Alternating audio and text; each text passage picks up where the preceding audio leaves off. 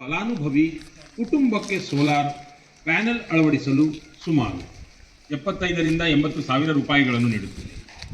ಮೊಯಿರಾಂಗ್ ಥೆಮ್ಜಿ ಅವರ ಈ ಮಹತ್ತರ ಪ್ರಯತ್ನಗಳು ವೈಯಕ್ತಿಕ ಪ್ರಯತ್ನಗಳಾಗಿದ್ದರೂ ಸೋಲಾರ್ ಪವರ್ಗೆ ಸಂಬಂಧಿಸಿದ ಪ್ರತಿಯೊಂದು ಅಭಿಯಾನಕ್ಕೂ ಒಂದು ಹೊಸ ವೇಗವನ್ನು ನೀಡುತ್ತಿವೆ.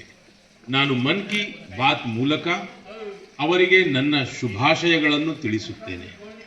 ನನ್ನ ಪ್ರೀತಿಯ ದೇಶವಾಸಿಗಳೇ, ಬನ್ನಿ ಈಗ ನಾವು ಜಮ್ಮು ಮತ್ತು ಕಾಶ್ಮೀರದ ಕಡೆಗೆ ಹೋಗೋಣ. ಜಮ್ಮು ಮತ್ತು ಕಾಶ್ಮೀರದ ಸಾಂಸ್ಕೃತಿಕ ಮತ್ತು ಐತಿಹಾಸಿಕ ಪರಂಪರೆಯ ಒಂದು ಕಥೆಯನ್ನು ಹಂಚಿಕೊಳ್ಳಲು ಬಯಸುತ್ತೇನೆ. ಅದು ನಿಮ್ಮಲ್ಲಿ ಹೆಮ್ಮೆಯನ್ನು ತುಂಬುತ್ತದೆ. ಜಮ್ಮು ಮತ್ತು ಕಾಶ್ಮೀರದ ಬಾರಾಮುಲ್ಲಾದಲ್ಲಿ ಜೆಹನ್ಪೋರಾ ಎಂಬ ಒಂದು ಸ್ಥಳವಿದೆ. ಅಲ್ಲಿನ ಜನರು ವರ್ಷಗಳಿಂದ ಕೆಲವು ಎತ್ತರದ ದಿಬ್ಬಗಳನ್ನು ನೋಡುತ್ತಿದ್ದರು. ಅವು ಸಾಮಾನ್ಯ ದಿಬ್ಬಗಳಾಗಿದ್ದವು.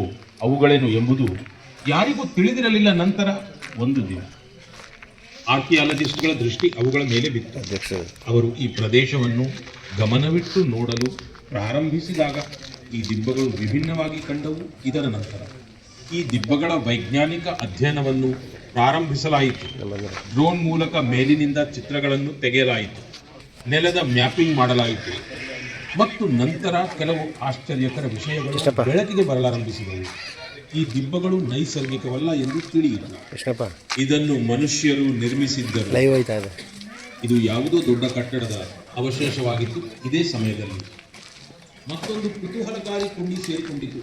ಕಾಶ್ಮೀರದಿಂದ ಸಾವಿರಾರು ಕಿಲೋಮೀಟರ್ ದೂರದಲ್ಲಿರುವ ಫ್ರಾನ್ಸ್ನ ಒಂದು ಮ್ಯೂಸಿಯಂ ಆರ್ಕೈವ್ಸ್ನಲ್ಲಿ ಹಳೆಯ ಮಸುಕಾದ ಚಿತ್ರ ಸಿಕ್ಕಿತು. ನೋಡಿ, ಇಲ್ಲಿ ಹಿಂದೆ ಅಷ್ಟೊತ್ತಿಂದ ನಮಗೆ ಕಾಣಲಿಲ್ಲ. ಲೈವ್ ಆಯ್ತಾ ಇದೆ.